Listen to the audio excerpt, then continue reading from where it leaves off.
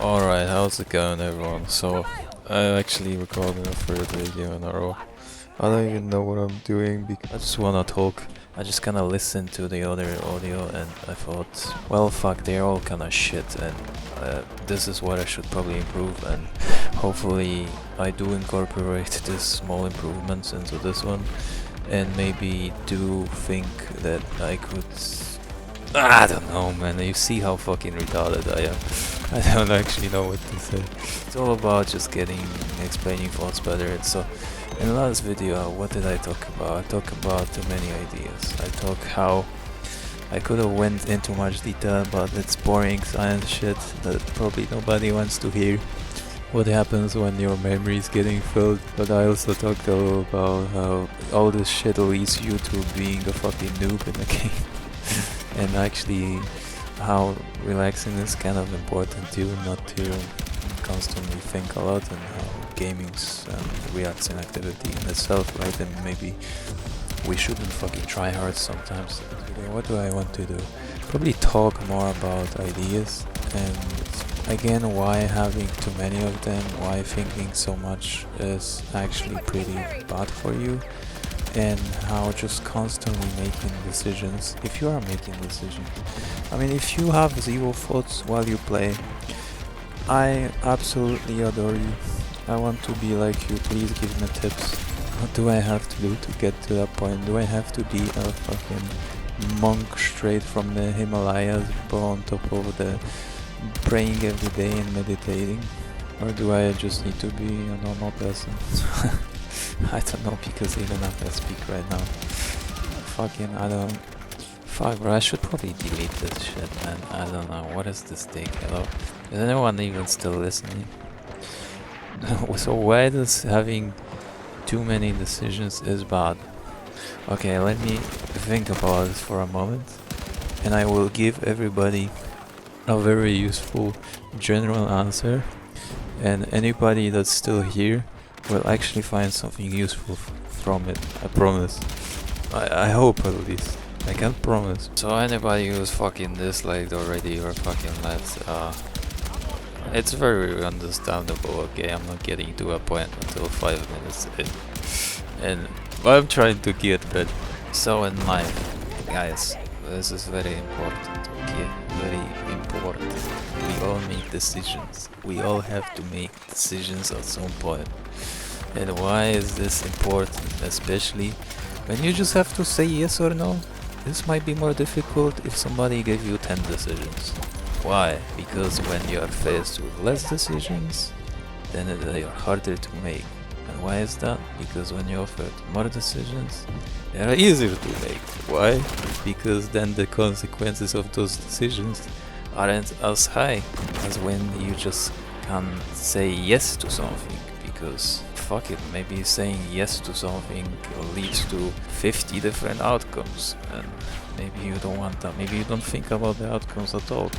And this is the core point of this thing. People who do think about these decisions all the time and the consequences of them and how they can lead to different things are faced with paralysis.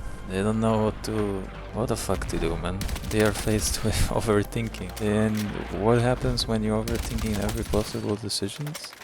You make no decision at all, because you have way too many options. I mean, I'm actually faced with a decision right now. Do I go back and delete the previous things I said? Because analysis paralysis isn't actually caused by the consequences of our decisions, but actually having too many possible decisions. Why would I not go back and remove that?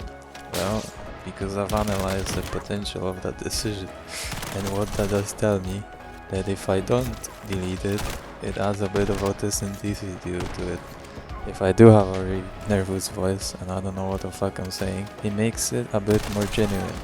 I mean, just as I'm saying it now, your perception completely changes. Somebody who's actually maybe interested in those things, and people who do find these things interesting to think about, and lots of people actually have parasocial relationships with lots of people. I mean, I don't think that I'm at a point where I could ever create one with anybody, but I think lots of people get easily connected to someone, and you know, you have to think about every possible factor of your decision, but you don't wanna get to a point where it causes you distress, because sometimes, you know, maybe that distress is also authentic. Maybe people appreciate that when you're being anxious. Maybe they look back at these recordings and think, oh wow, so this is where you started. Interesting, look how far this guy's come. Or at least that's how I wanna look at it. Hopefully it gets to be my superpower in the future. And also, it's all got to do a lot with perfectionism. Lots of people wanna make the perfect decision, but there isn't really a perfect decision. You just gotta go with something. You have to. It's all about associating and calculating risks. Just like in a game. We're playing BF6, right? So am I gonna talk BF6 right now? Maybe not, but just generally that. Just be aware that every decision you make has some sort of risk to it. It's simple, like you take fucking milk from the fridge, yeah, it can spill. I mean, you take milk from the fridge, what the fuck do you do? I don't know, if you're on a diet, do I eat this chocolate or do I not eat this chocolate? Do I eat pizza today because I want to? Or do I not? I mean, some people don't give a fuck completely and let them live their lives. And it's not an important choice, but the first kind of example that comes to mind. So in my case, when I just started recording videos, I mean, I'm not gonna give a fuck about making them perfect. I could make a script right now and just speak off the script. Yeah, sure, people would find it more interesting. But, and that's the whole point, you gotta look at the whole structure of YouTube. A long time ago, people would actually listen to this shit and find it interesting. And that's all what it was, but as you know, as it became monetized and you have so much quality content, why would anyone actually spend their time listening to it? It makes zero sense. So you have to get to that, you have to keep up with the level of competition. How can I be just as interesting as those guys? And I don't think I have the personality to keep up with those people. Now everybody starts somewhere and I just keep saying that. But the goal right now is to just say whatever I got to say and finish the video. I mean, I don't know when it's gonna end. I still got so much to say, I feel like. But when you're making a decision, it's sometimes to just do whatever, take one and just spend so much time thinking about it. So I have identified the potential fucking consequences of releasing a shitty video. Probably nobody's gonna see it and it's fine. Actually, that's kind of a more reason why I would want to upload it. I mean, if you have an idea that maybe you talk to 1 million people, or would you still say those the same things? Would you probably strive for more quality, right? But I don't think it would change. You still want to be yourself, at least I hope. People forget, I mean, nobody remembers where people started. The OGs kind of have an idea of certain people who used to be famous, where they started, and maybe remember their bullet moments, but nobody actually remembers every content of their every video. So treat it as a practice. It's like a round of BF6, you know, it doesn't define you. Yeah, it's not a fucking pro game where, I don't know, you felt some stupid shit and you lost the match and it was your fault. It's all a team effort, right? Anyways, that's not what it is about. When the stakes are high, right? It's all about the stakes. When everybody is watching you, then you wanna try more. It's pretty natural. But you also wanna be yourself. Because the pressure of trying to be somebody else is gonna catch up with you. So by releasing a shitty video, essentially I took action over analysis. And well, I beat the hurdle I beat paralysis. I literally established a workload for myself. I build up the momentum for myself. I start talking about, even if it's useless, even if I'm not aware of what I'm saying, I'm actually doing something but doing nothing. And you might think this is useless, but I mean, what's the improvement? Look at the first one. This is the third video. It probably makes a difference. It's not that bad. How's it gonna be when it's gonna be the 10th one? Hopefully it's a little bit better. Maybe it's gonna be 100 and it's gonna be just the same as this one. I mean, fuck, I hope it's not like that. I'm building up the foundation and it's fine. Everybody's does. Why do I keep bringing this up? It's all the anxiety of starting, right? You build it up. It doesn't matter how you get over it, it matters that you finished. I think this is important. Actually, the first session will be easier because I don't no longer have the first of the first time. It's the fear is gone. We beat our fears together, and every point from now on is only gonna get a little bit easier. Even if I don't know what the fuck I'm talking. And I can always, you know, listen to it again and see what I can do better. So let's go back to the decision making. What causes the cognitive overload of having too many? Well, how many of you have actually like tried to fucking find a movie or tried something to watch and it is just so much shit and you actually get so fucking stressed of what you should watch because there's so many things and your time is so finite and you don't know what the fuck you do, and there's just so many enjoyable things that you can do. I don't know, maybe you just sit and you stare at a wall like me sometimes and you end up doing nothing and you just doom scroll because it feels so simple, and it's the easiest things you can do in life is literally put fucking zero thought to things because it feels great, so you just end up doing the same thing for the rest of your life. Maybe you're stuck in a cycle, I don't know.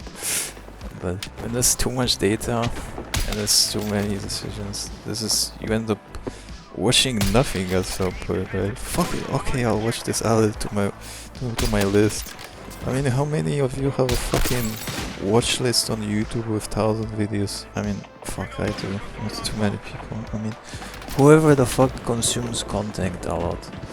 I guess there's some people like that. But how many of these videos you're ever gonna go back and watch?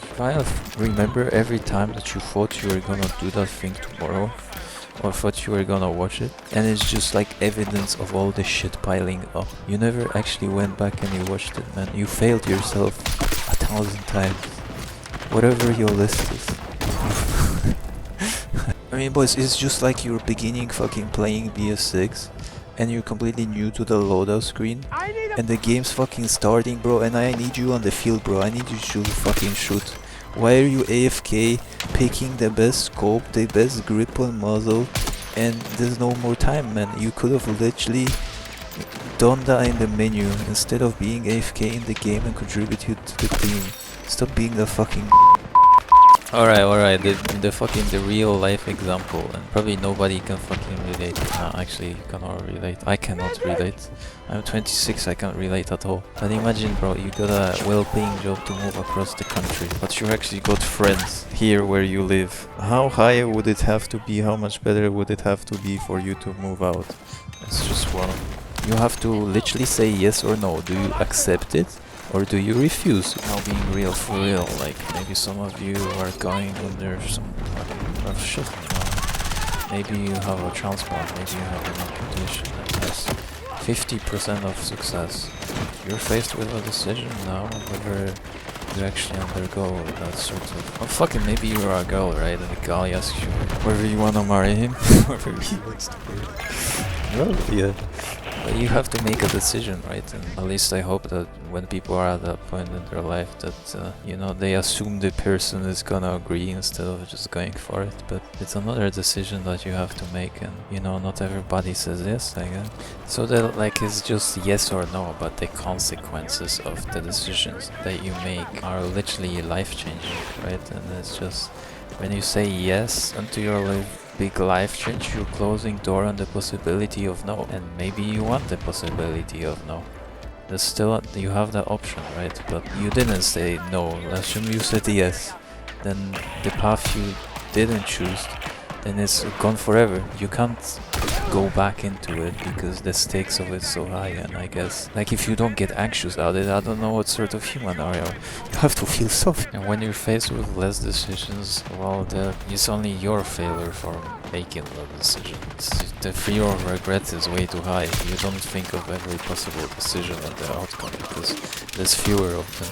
So you only focus on what you could have done in the other option and what would have happened if you chose. So you have a really intense focus on these most two extreme possible outcomes. Your whole mental energy is literally locked into comparing success versus ruin, and the perceived risks of them two decisions are literally much louder and scarier than if you have one. So if I had to relate to this to BF6 voice, well, I hope everyone isn't brain dead or running like a mindless chicken, and actually you all try to put a little bit of effort to making some decisions. So yeah, at least I hope you're putting some effort and you're not overthinking every possible decisions, but I don't really blame you for not making decisions all the time. Just remember, it's a part of self-improvement. You're gonna get better at the game eventually. Like, you're making decisions intuitively, you don't have to consciously make them. It's all another whole area of speaking, whether, because actually consciously making decisions does make us slower, does make reflexes slower. You know, BF6 FPSs are kind of about reflexes on gaming. You're still making decisions all the time when you respawn, for example. But yeah, the stakes are pretty low here because it's pretty much casual. We just come to chill, we shoot, we really like it, so it doesn't really matter. But I think it serves kind of a proof of a competitive space and how much effort everybody puts in, no matter their skill level. Because you could be even a pretty bad player, but you're still making more decisions than a better player would, right? But just because they develop those skills over time, they're gonna be a little better than you, but you're gonna get better than them eventually because you're putting lots of effort. You're learning yourself by doing those decisions all the time. Like, it actually works, you know. Think not to, but just don't think about everything. Try to have a one goal for every single game and focus on making those decisions around. I can't think off the top of my head, but yeah, again, just I think spawning. Where do you spawn on this point? Do you spawn on that point? Maybe look how many enemies are this point. Maybe tank is pushing on the objective, so you wanna go with the tank. Definitely wanna go with the tank when you're an engineer. I hope you're not spawning on the other side of the map where the tank is. Maybe you have a sick spot being a sniper, so you wanna go on this spot fast, take a position. Maybe lots of your teammates needing help, you wanna go as a support here. Maybe you wanna go solo. Supports arguably can kinda do whatever the fuck he wants. And you know, are we gonna talk about assault, guys? No, I don't think we're gonna mention that roller. So I think that's a pretty good example. I mean, thinking about where you're gonna spawn all the time. It's probably the most common decision you make all the time. And you know, at first when you play, you kind of, you don't know what the fuck you're doing, you're just spawning whatever. But yeah, it's a constant decision that you have to make constantly. But if we had to go into more high stakes decisions again, we are being faced again with a yes or no decisions. I mean, at some point, the game's getting pretty fucking intense, right? The tank is fucking pushing the points, the boys are pushing in, bro. The team is about to fucking win, but we can still have a little bit of chance. Does our fucking tank driver, is he gonna go directly into the flag and is he gonna expose himself and buy us a little bit of capture time because they have to fucking delete the tank because it's OP? And well, people actually know how to shoot their RPGs now. or is he gonna save behind the buildings like a little bot and spawn? Well, he can't actually spawn camp, but is he gonna stay and just sitting there and maybe preserving the health and just having little engineers behind him and constantly repairing him? But there's no more time. We actually have to go on the point and capture it. Well, it's all up to the fucking tank driver, guys. Is he gonna... I don't know, maybe the boys actually have more impact than the guy. I mean, I'm making tanks sound kind of OP. Maybe they all get wiped instantly. But the guy has to decide whether he wants to go onto the point and bear the decisions or whether he doesn't want to drive in it. And you know, if he chooses yes, the tank is instantly destroyed. We fucking lose the game. It's GG. Just type GG in the chat, please. We wasted our best asset, our best opportunity for a win. We have a regret because we chose no. And the enemy team still wins in the next 15 seconds. But the tank's still at 100 health. Whose fucking fault is it gonna be, bro? Who are we gonna blame? See? It's all the consequences of those little decisions. Not everybody always equally has impact on the game. Maybe that's why we have such ego of pilot players that, or the helicopter dudes, man, who always want to fucking fly. I don't blame you for anything. You have a lot of impact on the game. And not everybody has similar impact because it's all about the opportunity of kill. We aren't all just, you know, brain deadly pushing, but we all have our roles to play. We all have our decisions. We all take our decisions. Maybe we all have to adjust to the decisions of other players, maybe we make the decisions not to adjust to the decisions. And so we all have those fucking decisions. And thank you for taking the time, for taking the decision to listen to this. Hopefully your decision was fucking great this time.